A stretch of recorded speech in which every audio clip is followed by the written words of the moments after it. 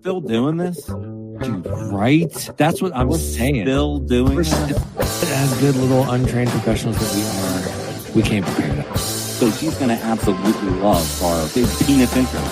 On his knees. That was always a good time.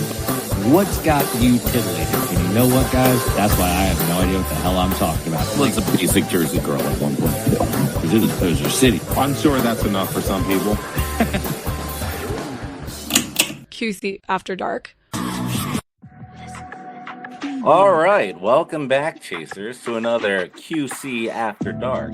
I'm Danny Gerb, and if Folklore came out in 2009, I'd own a fedora. That's Alex Kruger. Alex, how are you tonight? I'm doing great, Danny. I'm doing great. You had me with the fedora. I got nothing. I was trying to be witty, and I was going to go for something to come off of yours, but yes, and I failed that improv. Nicely done. Great. Oh yeah, no, I just figure it's a indie folksy album, man, and it would have made me run to the, I don't know, where do you even buy fedoras? The Checkered Past, is that still a place? The Checkered Past. Okay, was that next to Nito Burrito in Camp Hill? It was. Yes, that still exists then. Yes, because I was just at the West Shore Theater and popped over that away. So Checkered Past exists. I'm pretty sure you could get a fedora at any pretentious store or even just Marshall's, honestly. They're always in/out of season. But folks, that's a long way for us to go to tell you that tonight, liberal.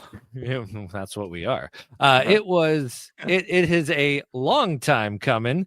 This is finally our first venture into the album swap-averse for Chase Nation. And what better way to bring it up than to start with one of the most intriguing and polarizing artists and musicians of her era. So Taylor Swift, guys, we are doing the T-Sizzle show. We're going to get her done. Danny, where do you stand on Miss Swift? Oh, I love her. I unabashedly love her. I thought I've made that abundantly clear on previous Quit Chasing shows. I'm a Swiftie. Okay, I love that. I'm so here for that, folks. I'm pretty sure I've made it rather abundantly clear that I'm not a Swiftie. Like I get it, but I also don't get it. So we're gonna dive into that more throughout this episode. But first, Danny, I have one very important question for you. Are you feeling it? I am not. There's really nothing to fill right now, is there? No movements. The only movement going on in the Phil's organization seems to be going out. Yes. So Charlie Sheen, we had so much fun with your bit, but watching you on the mound didn't do it for me. Jeff Hoffman, it will hurt for a long, long time. Yeah, right on into Canada, you beautiful bastard. Both went to American League teams. Both got decent deals. I'm not gonna, hate them for that. Would I have wanted us to commit $11 million to Jeff Hoffman? Maybe not. So I'm cool with it. And best of luck. Again, they went to AL teams. So, we don't have to worry about anything. What did I just do? Absolutely. And there are now starting to be more growing bullpen concerns, which we will get into as time goes on. I think we're 2 weeks out from pitchers and catchers at this point? We are 13 days from pitchers and catchers. Okay. They were, I know. Minus a day. We are a fortnight away, folks. They were loading up some trucks and all that jazz. We have so much time. Who knows? Jose Alvarado looks positively svelte, so can't wait to see what that does for him. But yeah, there's not much to talk, so let's get into the old album swap. Danny, when it came time for us to decide, because we knew that the first album swap should be a Taylor Swift.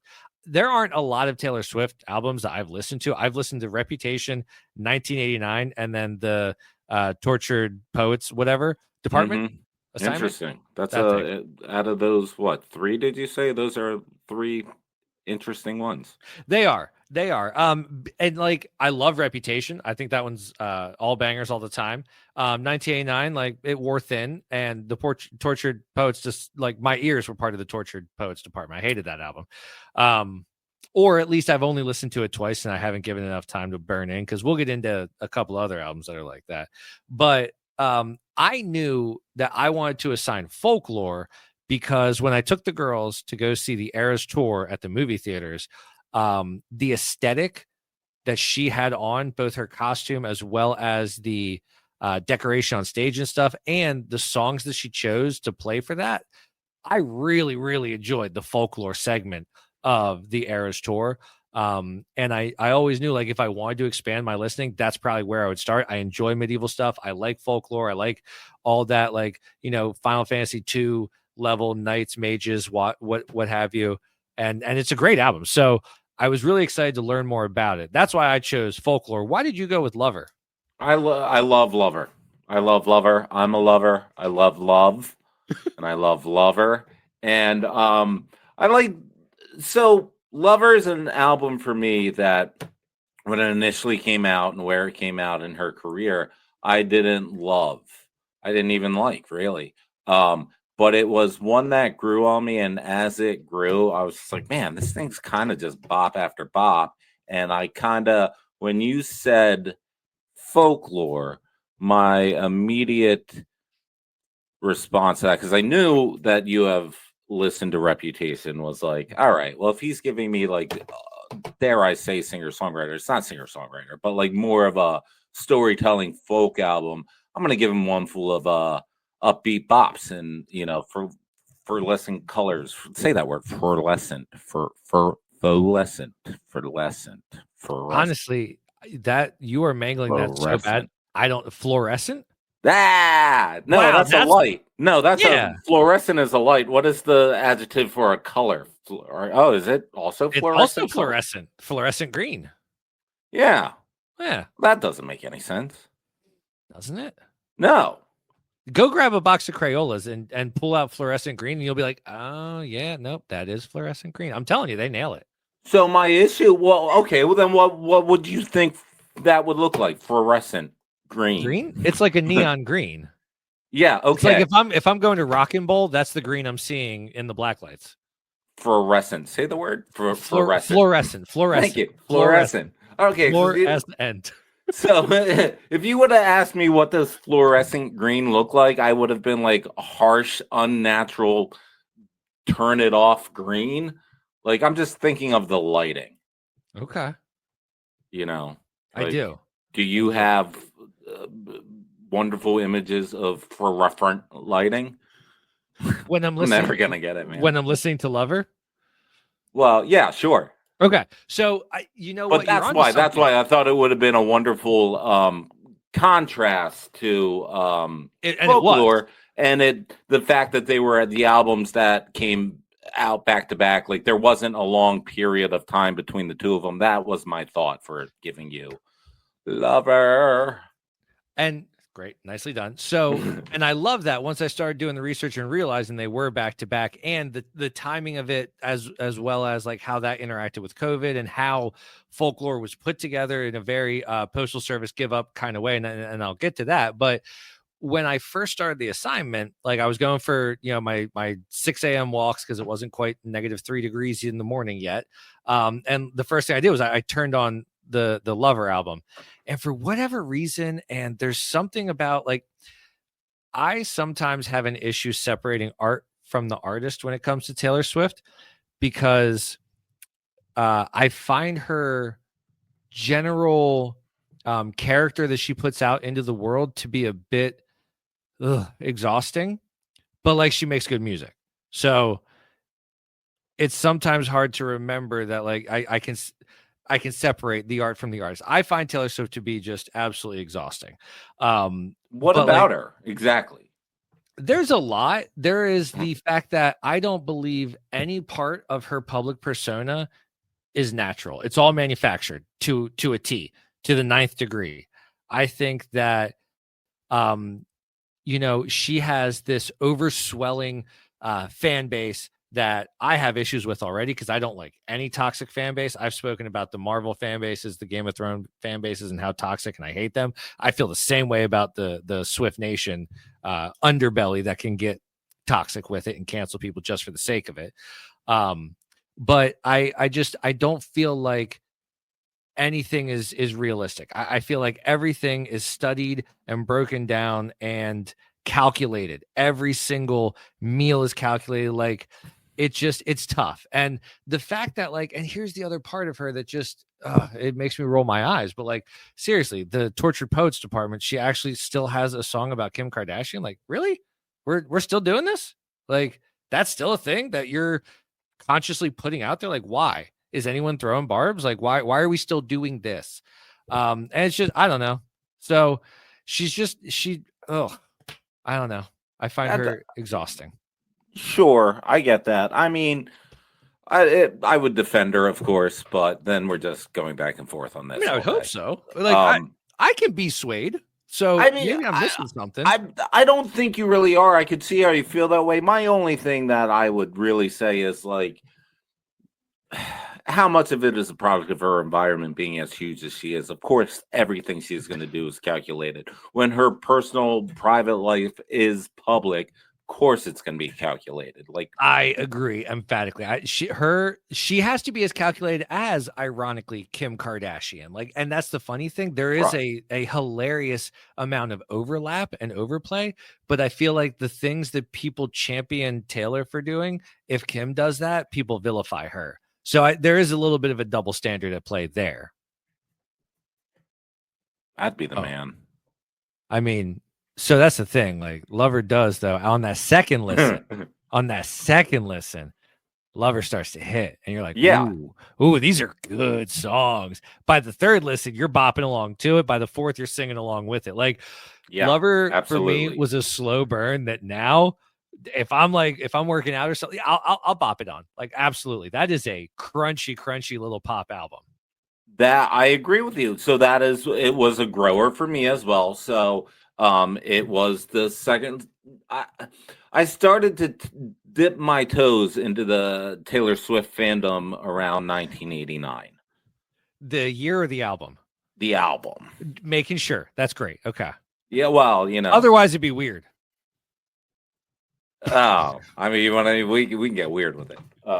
Ask me about Natalie Portman. Oh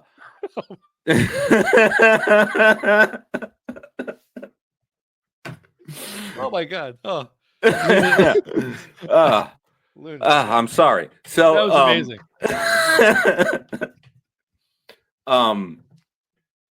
I lost it. 1989. You got it. I did my toes in 1989. Reputation just flat out brought me on board. So good. Right, absolutely. So Lover comes out. I am now on board in the Taylordom. Okay. I wanted 1989 too. And it took me a long time to get out of that mode and listen to Lover. And when I did, as it slowly more and more got out of this isn't Reputation 2, stop wanting it to be that, I ended up really loving the bops for the bops. That's where, Reputation is bangers, Lover's bops. How often do you find yourself judging a band or an artist's next album by that previous album, hoping it reaches? Because that is something that happens and maybe that is the sophomore slump, and that's the magic of it all. Like, you're always, if that first one slaps, then you're always going to be comparing it to. So that's a great call. Too many times. Too many times. I mean, I think that's not everybody, but I would say a large majority of bands fandom and such like that. A lot of people are like, oh, I like their first two. How many times do you mention a band, people say I like their first two albums, or I stop listening to them after whatever album? Like, dude, constantly. It's the moment. It's a real thing. Moment, like, bands start to grow and evolve, people are like, well, this isn't what I signed up for, I'm out. And I get that. And that is one of the things that is most impressive about Taylor Swift, and that is highlighted by the Eras tour, is that, like, she's reinvented herself a dozen times, and every time she just grows and grows and grows in scope and ability to reach more and more people. Couldn't agree more. I know. And that is one of the things that Folklore does. So go on. What do you? Yeah, so you want to get into? Do you want to start? I do, because Folklore, first off, I started listening to it, and like I listened to it I was transfixed. So I started listening to Lover. I got like a song and a half in, and I was like, you know what? This isn't the vibe. I got to switch it to Folklore. So I switched it to Folklore, and I was like, this is immaculate. I love slow melodic beats and ballads and like songs that were made to be listened to when you're crunching leaves and it's a little bit misty out while you're walking along the river. Like it is that perfect fall album, and it was like pretty much fall when I was listening to it. So it was just a perfect album for the moment, and there aren't many albums like that where like it is the perfect soundtrack for that season, that time, that moment. But I was transfixed. I loved it to pieces. Then I started doing the research and found out that this is not an autobiographical album. This is an album of fiction based storytelling, and I think that's something that I really appreciate and valued about it, because I'm going to get in trouble for saying this too. You know, Jimmy from high school once pointed out to me that all of Everclear's songs that weren't on the radio pretty much sounded the same, and I hated him for it, but like, yeah, he was right. A lot of Taylor's songs that aren't the radio bops do sound very similar. Like you could put on 8 songs on Folklore, like interspersed, and it'd be like, oh, is this just one really long ass song? Like, or is there a break? Like you could easily splice it together into a 30-minute song. I do feel that way about Folklore. Yes. Yes.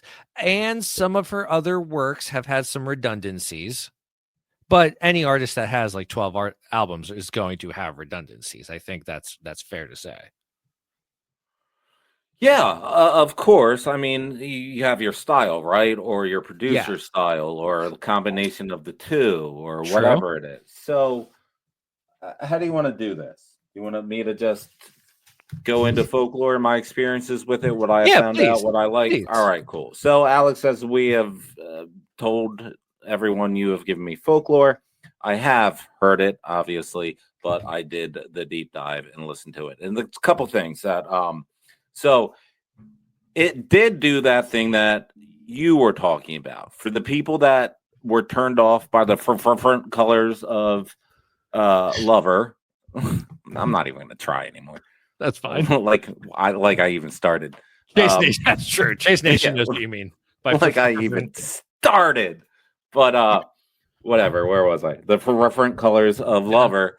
They kind of came back, you know. She ditched that pop sound and went to a more traditional folk style storytelling. We got to meet Betty. Betty. Inez, you know, and James, all named after Ryan Reynolds and Blake Lively's kids.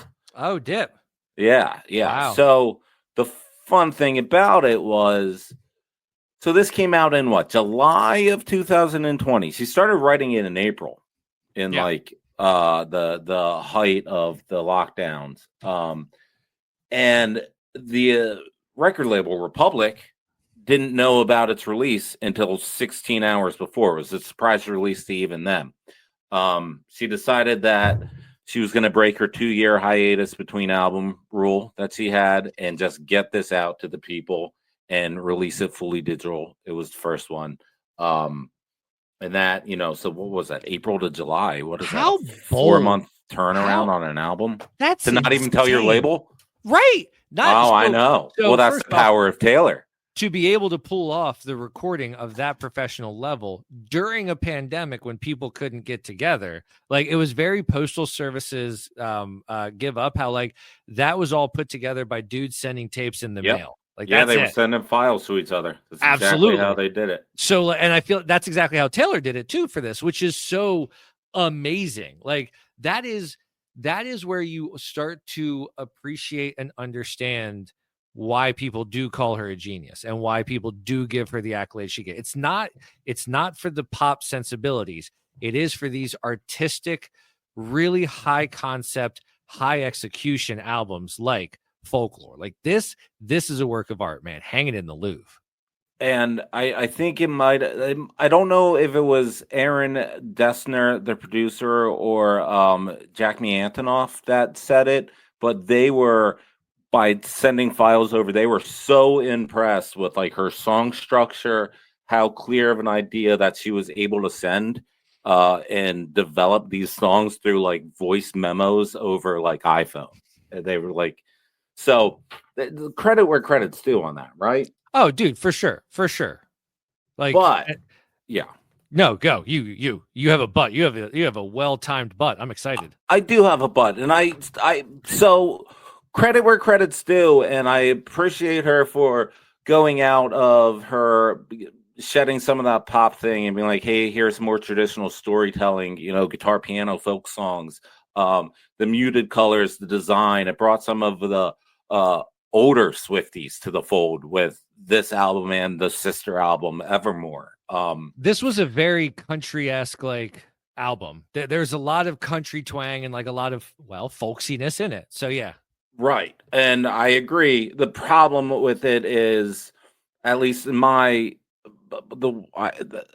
all that stuff aside, that's great. Then you start listening to it, at least for me. And starts out great, man. It starts out with the one, and it's got that, nice little syncopated cardigan and she proclaims it right from the very beginning of the start of the album. The first lyrics of the album is, what is it? I'm feeling good. I'm on some new shit. So boom, she's telling you this album is not the bangers and the bops. She told you right at the beginning of one, and you listen to one, and for me, it's I'm a lover. I think of people fondly. This one hits the heart. I thought I saw you at the bus stop. I didn't though. Roaring 20s, throwing pennies in the pool. Yeah, wish it was cool. It hits for me. It hits the sentimental feels bone for me. And then the way I feel about it is it's a real long way to Betty. It's a real long way to that third act, climax for sure. Because Betty is the. Let me see here. So Betty, we get the ending story between the three, the love triangle. We do. Betty is the 14th out of 16 tracks. That is amazing. Mm-hmm.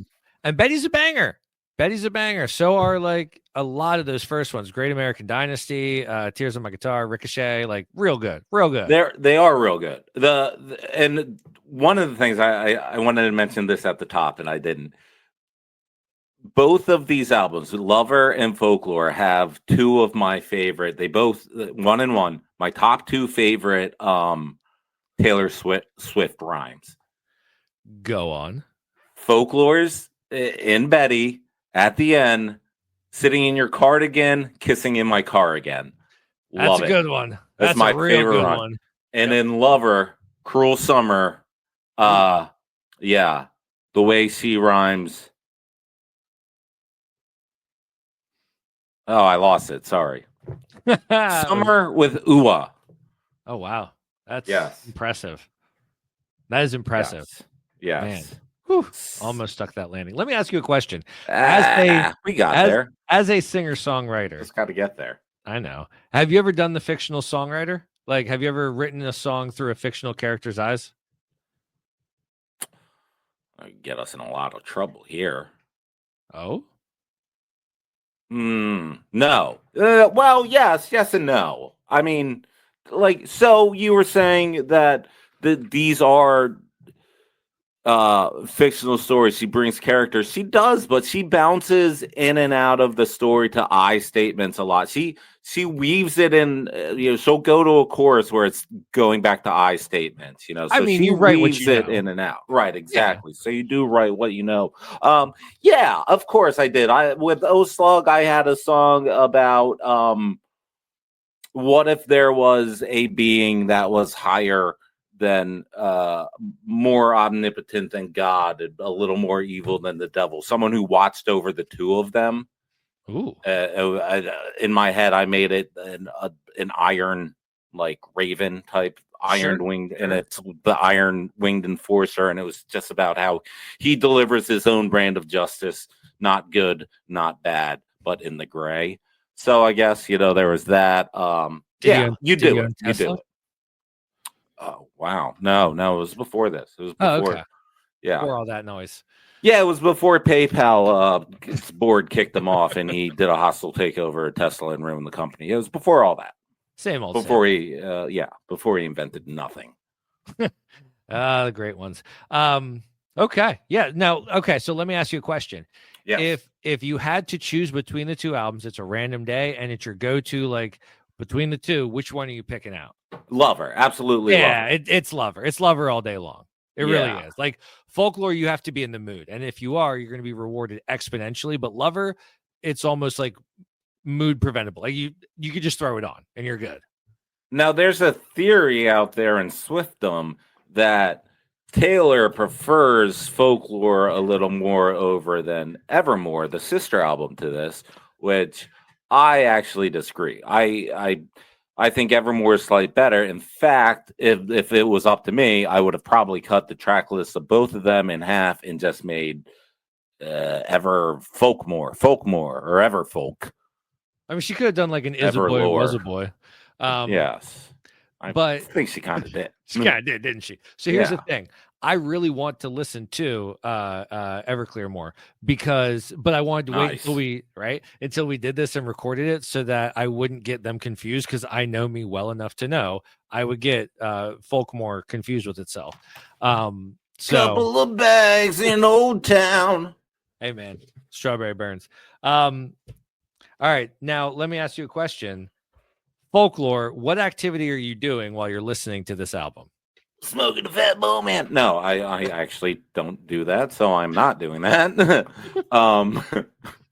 I don't know. I am probably so the funny thing about this album is I'm guessing because of the song August and the later July release on it, it has a August following. The Swifties listen to it in the month of August. Streams and downloads of it go up in the month of August. In Swiftum, this is a August album. I'm not getting that. I am getting the in between the Halloween and Thanksgiving holidays feel. Like it is a late fall feel for me.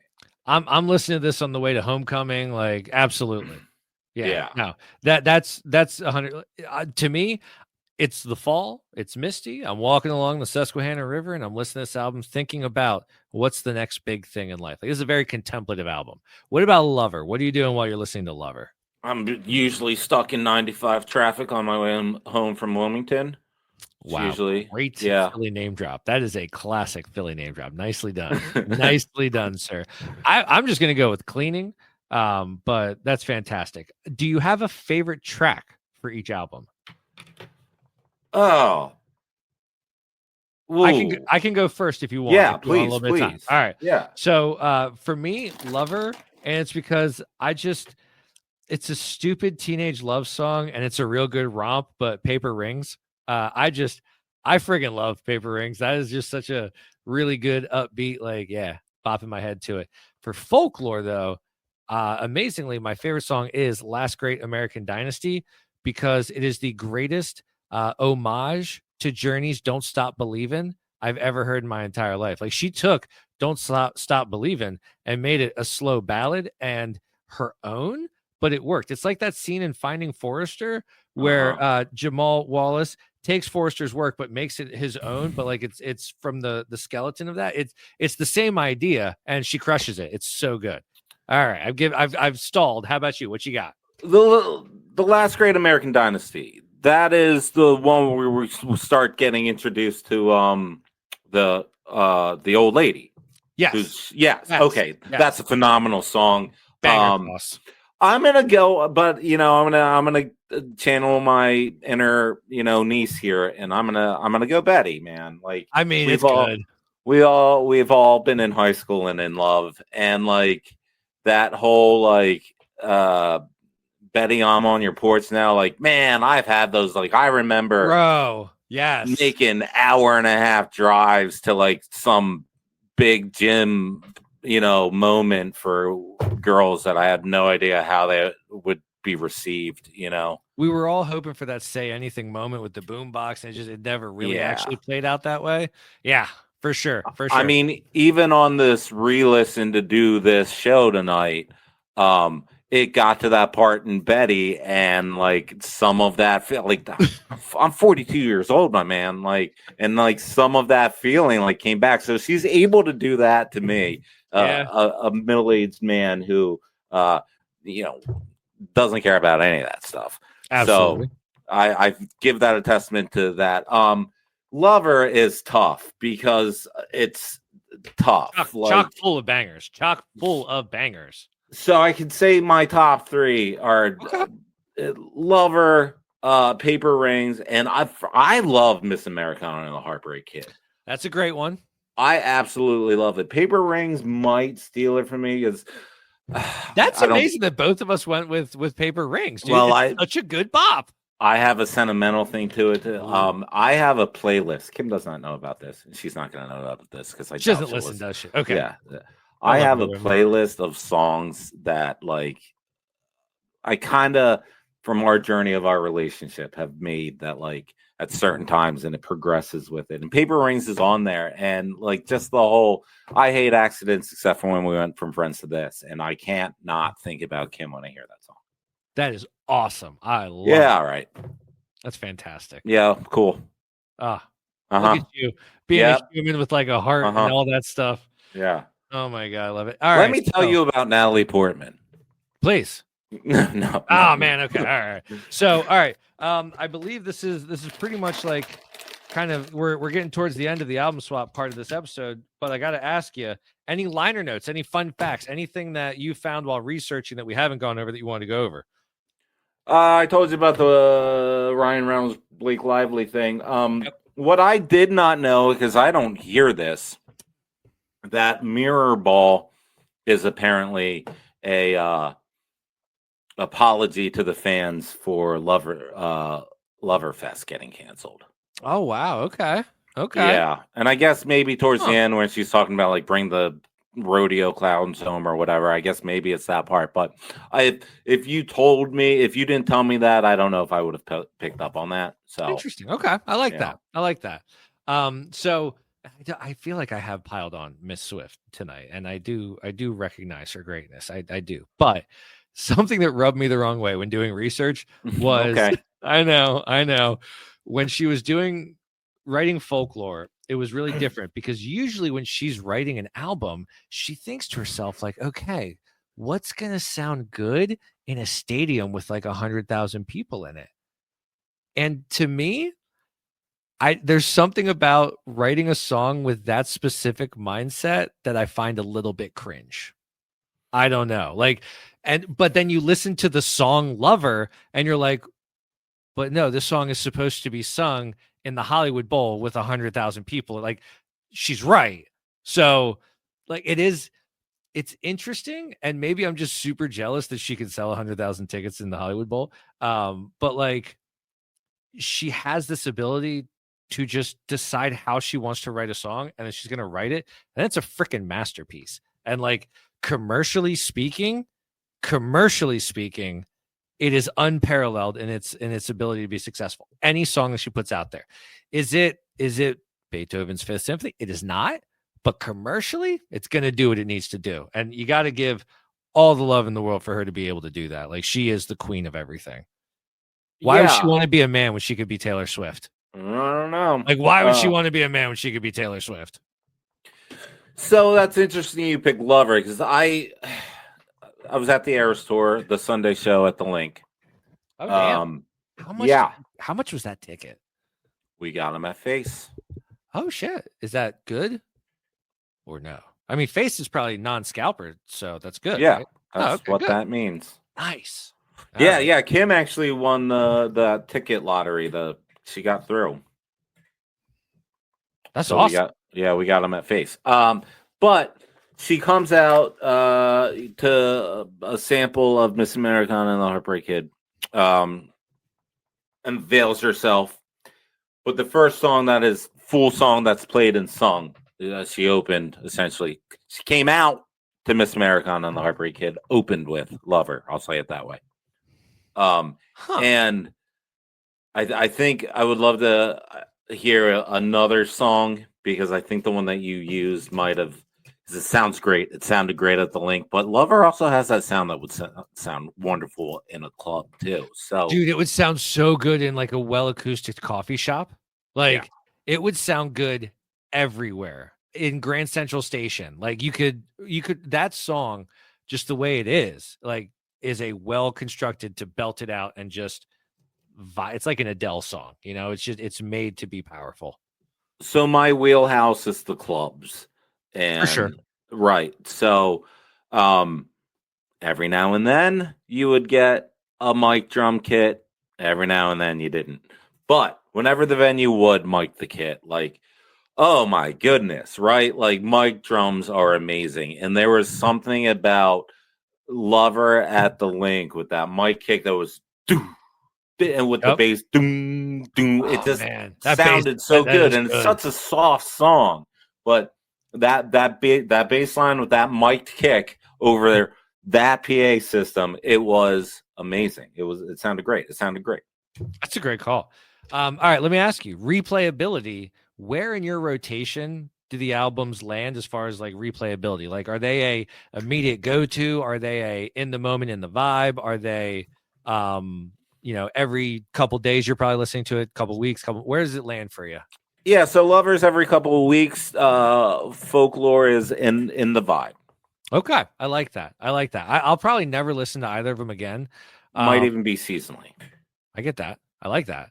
What I might do, no, I was going to delete the songs I don't like, but like they all have their own charm. What I'll probably do is I'll add them to different playlists over time, like certain songs and things like that. But I don't think they're ever making the rotation again. But I'm going to check out Evermore, just see. That could be a fun playlist, just those two albums back to back in one continuous loop. That could be good. All right. Half and half. Half and half.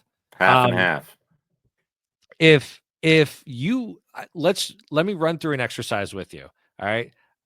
If you like this album, I recommend blank. So what would you say? If someone likes Folklore, you would recommend blank. You had this on the list forever, and I read it 100 times and never thought about it. All right. So I'm going to give you a second, and I'll say my two. So I say, if you like Taylor Swift's Folklore, you would like David Gray's Sell, Sell, Sell. It is his second album. It is really good, and it has a lot of the same sensibilities as Folklore. If you like Lover, which is to me a Technicolor, just absolute bop of pop, you will like Cute Is What We Aim For, a cold rush of blood to the head. Danny, do you have any recommendations? No. Okay. All right. Now you know for next album swap. Sorry about that, man. That's sorry, okay. I totally dropped the ball on that, and I'm going through it, and I could probably spout something out, but I want to be genuine. I respect that, and honestly, I think it's time for a break, anyways. So recuperate, recover. Let's come back and do some bits. Okay. All right. Hey, SpongeBob, check out my new shirt. Patrick, is that a heavy metal unicorn? Uh-huh. I want one. Well then, click the link in the episode description to go to the Quit Chasing merchandise store and get one. Absolutely. Wait, what's a Quit Chasing? Huh, even I know what Quit Chasing is. Well, what is it, Squidward? Just look up Quit Chasing Podcast on social media. I've got customers lining up. Did somebody say quit chasing? Wow, Mr. Krabs, you have a Quit Chasing coffee mug, hoodie, t-shirt, and is that a shirt for Gary? Meow. It sure is. The prices are so low, I feel like I'm getting it for free. And you know how I love to keep on to me monies. Come on, Patrick, let's visit the Quit Chasing store. Well, hey there, Chase Nation. Alex Kruger here. As our friends from Bikini Bottom go shopping, don't forget to email us at quitchasingpodcast@gmail.com if you want to share feedback, or maybe even if you have an idea for an episode of Quit Chasing After Dark. Send it on over. And now, back to the show. It would be All Saints. All Saints. It would be All Saints. Is Yes. that the band or the album? By All Saints. It's both. Oh, okay. Self-titled. Nice. Yeah. I like it.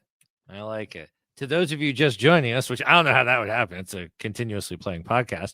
That was Danny's reference too. If you liked Folklore and or Lover, check out All Saints by All Saints. All right, Danny, it's time for some bits. And you apparently have no idea who that is, do you? Not in the slightest. Oh, all right. It was like some 1997 girl group. Oh, They had that one album. I think they were, I don't know, British or South African or Australian or something. I don't know. Sure. Was Kylie Minogue in it?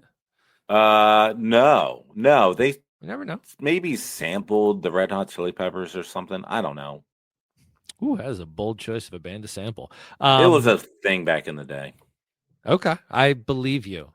I do. But you're older than me, so probably before my time by like Sure. 2 years. All right, folks. We are a Philadelphia Phillies podcast, but it is absolutely impossible to do sports about the city of Philadelphia when the Birds are doing their thing. So, Go Birds. let's go Birds. We are going to dedicate all of our bit time to these birds. Danny, why don't you kick us off? What would you like to talk about for Bird Nation? I would like to talk about Mayor Parker, my favorite subject. ELGLES, Eagles. That's the one. That's our girl. So our fine mayor of the city led the Eagles chant with the ELGSES Eagles, and how can you not get hype? So that's fun. That was fun. It worked, apparently. I mean, it got the job done. So, whatever works, whatever gets the job done. I got to say, so I am not technically, I'm definitely not in any way a diehard Eagles fan. When they lose Super Bowls, I'm not broken up. I'm not devastated. When they win Super Bowls, I don't feel like I was part of something that I don't feel like I'm part of that nation. However, because my best friend, Matty P, shout out, what up, growing up was a massive Eagles fan, I have always followed them with a lot of interest. Honestly, you could argue I'm a Dolphins fan because of Ace Ventura. And who did the Dolphins play in the Super Bowl in Ace Ventura? That's right, folks, the Eagles. So my Eagles existence does go back quite far. However, I'm excited about this team. I love this team, love Saquon. He's a Pennsylvania guy all around, just like LaShawn, went to Penn State, crushed it, squandered up in New York, and then Saquondered really up in New York, came down to Philly and just has done everything you wanted him to do all those years. And it's amazing. That's right. Danny, you're not much of a football guy, correct? That's right. How often are you watching an Eagles game, though? That's right. It really depends on what's going on in the year. It really depends on who's around. I would probably say I watch the most Eagles football, and it would be, I don't know, anywhere depending on the year from 10 to 5 games. Okay. That's whatever's going on. Because I definitely don't watch the first half of the season. Those are beach days. True. And true. I just don't care. But this was a little different. There's a lot going on. Like, the city's buzzing this year. Even so, I have a moderate interest. I will follow. I will check the box scores, if you will. Know what's going on. I can talk the Birds. Watching the full 60, probably 5 to 10 games a year, depending on what is going on. But the thing that's different, what is it, the 22 to 23 season, the last Super Bowl appearance they had? Yep. The sports ball people, I don't want sports ball, did not care that the Eagles were in the Super Bowl. Nothing. Just nothing. For some reason, this city is a buzz this year. I mean, it was that year too. But this year, even the sports ball people are like, hey, what are you doing for the Super Bowl? That Barkley guy, huh? I'm like, yes. What about him? He's something. So the last time, was that the year that we lost to the Astros in the World Series? And then a few months later, the Eagles were in the Super Bowl? That is correct. Okay. Oof. Ouch. Okay. So Philly had just gotten burned by the Lovables. And so Jalen was on that team. Was Wentz? No, Wentz was gone by then, I would think. I'd have to think. Yeah. All right. But yeah, that was a different makeup, different team, different vibe, all of that. Everyone's a little bit older, a little bit more experienced. I don't know. This team's likable. It is. I've liked Jalen Hurts since he was at Alabama, which is hilarious. I'm a Dolphins fan because I don't like Tua, and I always like Jalen better. So I've always rooted for him. Love Saquon. Love everyone. Everyone's likable on that team for the most part. He played with Hawk Tua. What? Tua Tagovailoa. Yeah. Oh, that Tua. That Tua. Not the meme coin rug pool. No. Oh man, she really. She been silent since that one. Which is probably good. I It's had definitely good. I had an arc with that girl. What does that even mean? So we'll get into it. Let's talking to her. Actually, I think that was the name of her pod, right? I believe it was, maybe. Yeah. All right. So we're talking to her now at this point. How So meta. when it first initially happened, we kind of talked about it, and we made our album art for our Quit Chasing episode that week with it. Because it was a culture phenomenon. But I remember us saying on the show, like, okay, like if we would just scrolled through it on our feed and saw it, maybe would have stopped and like, okay, that's mildly entertaining, and scrolled up and never thought about it again. Somehow the rest of the planet didn't feel that way and thought about it again. So I was like, all right, whatever. And then she started to like make it work for her. Like, She really had great management up until a point. right, exactly. That's the She had thing. Like, really good management up until a point. so I didn't care about her. And I was just like, why does everyone care about this so much? And then she was like unabashedly like, I don't have talent or a ton of charisma or a ton of like original thought, but I'm going to make this work. And she freaking did. And there was a point where I was like, I kind of like to talk to a girl. Like she's making You it almost work. had to admire her despite- because Right, exactly. Despite her limitations. very limited, but hilariously for what she got famous for, she ended up being Spitting on a dick. That's what she got famous for. Wow. What's she got famous for? talking about it, not necessarily doing it, but Right. Yeah, but- it's not even doing it, just talking about it. for I talk that about to it all the be- time. For that to be how she entered the cultural zeitgeist, and then she ended up being actually surprisingly very wholesome and like, like Like donating to animal shelters and all kinds of stuff. Yeah, she grew on me. And then she did the meme rug pool, meme Oh, coin man. rug pool, and it went off into non-existence. And I was like, you know what? This is the way it always should have been. I am yeah. She So I went on a ride with her. she hung around longer than you expected, but then she did flame out like they always do. Like anyone that would have just ended up on Tosh.0, like she should have just been on Tosh.0 at that point, but the internet did its thing. Yeah. Oh man. So the one other thing about this So I guess episode this is of Media Talking, Stables, Talking- guys. Yeah. This episode of Talking to her. The one other thing that I really enjoyed were like the comedians, people that had fun with her. There was this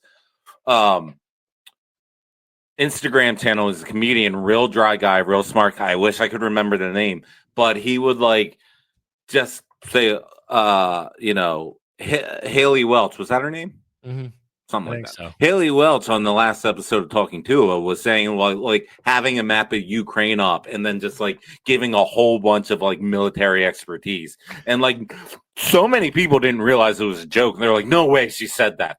But he would do that with like everything, like pull up like graphs and be like, on the last episode of Talking to Her, and like just give you this dry analysis of stuff. That's and I was like, pretty good. this is genius. That's a good bit. That's a really Yeah. that's a really solid bit. I like that. So, Eagles, EAGLES Eagles. How did it here? I don't know. You Doing said two. Tagovailoa. Yeah, and I Okay. went on a talk You to sure it, man. did. Yeah. You sure did. So, what do you think? Do the Eagles have a chance with the Kansas City Chiefs in I've- your 5 games a year expertise? Yeah, my 5 games a year expertise. That's not that I'm not dialed in. I'm dialed in. I just I know you're don't dialed in. sit and give them the full 60. Yeah. This Eagles team is better than that Eagles team. This Chiefs team is worse than that Chiefs team. You're not having your Vic Fangio probably isn't interviewing for head coaching positions the night of the Super Bowl. So I think, you won't see the defense just get absolutely smoked on the second half. I do kind of have a feeling that there are some extra eyes on some officiating. So you're not going to get a late 2-minute Bradbury holding call that was non-existent to turn that Super Bowl from a slugfest to a wet fart. Like a lot of people have been speaking out. Troy Aikman came out and said something today, told the refs, hey, just make right calls this time. There's too much depending on it. So there's a lot of, I don't think you're going to see that 2-minute holding call on Bradbury. Let me That you ask you should have this. saw 2 years ago. But whatever. Let me ask you this. Yeah. Would you rather have a game with a ton of penalties and like they call them, or a game where they just let them play? I guess everyone would say let them play. That's a stupid question. Everyone let them play. Just let them play. As long as it's fair and everyone is operating under the same rules, let them play. So we're a baseball pod. We are. But And- I do watch, of the 17 Eagles games a year, I watch about 13. Like I really don't like. Yeah, I watch every single game because I don't have Red Zone, so it's my local Fox game, Right. and I enjoy rooting for the team. So like I do, if I have to choose between that and whatever bullshit CBS has, no, I'm going to watch the Eagles every time. So No, yeah, I'm with you. Absolutely. I'm in the city. I agree with you. Right. So I watch about 13 a year, and this team is different. And go ahead. What I was getting at, though, was like we are a baseball pod. So when we talk about, pitchers getting squeezed or whatever, we're like, hey, that's part of the game. They need to adapt. Like you're not getting that pitch, don't throw that pitch. You're not getting that pitch, frame it up better. Like part of the game. Like you play the game that is being called. There's an argument to that, as long as it's fair, which the same with strike zones. Right, exactly. Football players do it too. If they're getting away with grabbing that extra whatever, they're doing it the whole time. If that starts getting called, they stop doing it. That's the problem with that Bradbury call. That was the first flag of that whole entire half, and it was within 2 minutes of the game. Like they weren't calling that. They play the game that's being called, and it's like the umpire switching up the zone in the seventh, and that's what happened. And if that BS happens again, I'm gonna fly off a handle. It'll be very interesting to see. It really will. That's exactly what it was. Like that guy taking the flag out of his pocket 2 years ago was like the switching the zone in the seventh. And if that's exactly the case, what it was, that's the analogy. If that's the case, then you just have to accept that the NFL has become the WWE. And that's okay. That's entertainment, but any sport. Yeah, absolutely. So anything else you'd like to share about Alberto's? No, other than the city's a buzz. It's a fun time. It's a fun time to be in the city. I think they do have it this year. I think so. So I think so. I'm excited. Now let's get into our final bit, our favorite bit. Love it or hate it. Danny, I'm going to let you cue this one up because you're the one that kind of has really been passionately following this. So you get to ask the love it or hate it. What you got? Love it or hate it, Alex. Fans of opposing teams, rivals, if you will, donating to charities after the team has won a big championship game or a playoff game, or to the players' charity that, had the dropped ball or the fumble or whatever. Well, gosh, Danny, that sounds super complicated. Can you think of any examples that would help explain that concept? Well, yeah. So, for instance, right now in Philadelphia, what's going on prior to the NFC game, and I found out about this from 97.5, the Fanatics Bill Colarulo had a post before the game of his producer, Ryan Dooney, down at the Hard Rock, just saying, like, checking on our landmark, everything seems to be okay. And I was like, what the heck is this guy talking about? Like, what is going on here? Turns out the Commanders fan base came up. They rented a room in the Hard Rock. They called it a takeover.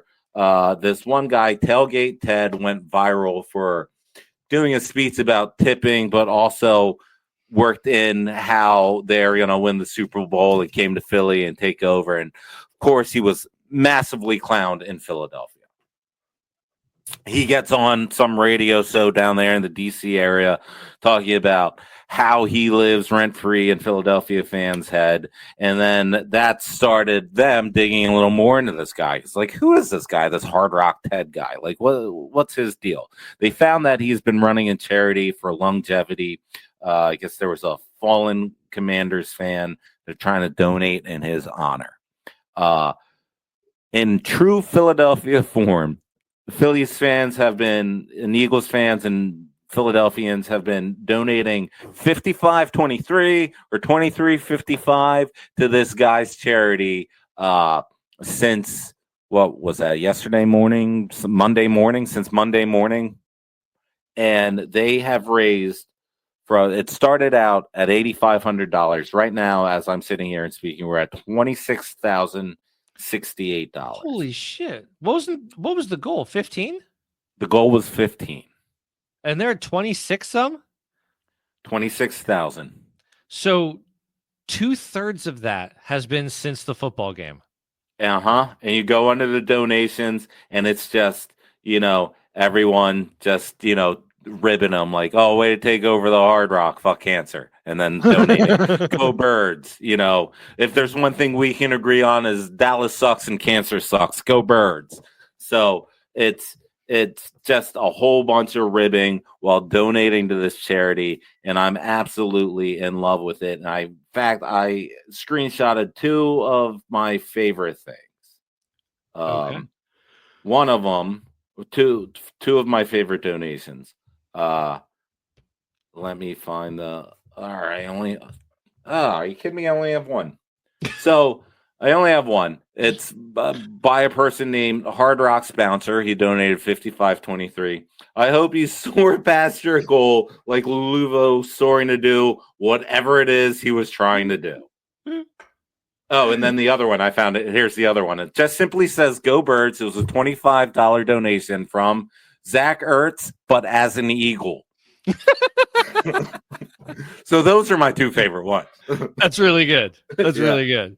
Oh God, I do love that. I as dark as times can get, like by administrations and by leaders, like the fact that people can still come together and make a difference and do something really cool, especially to help bring up people and fan base while they're at a low point, like doing something really kind helps lift them back up.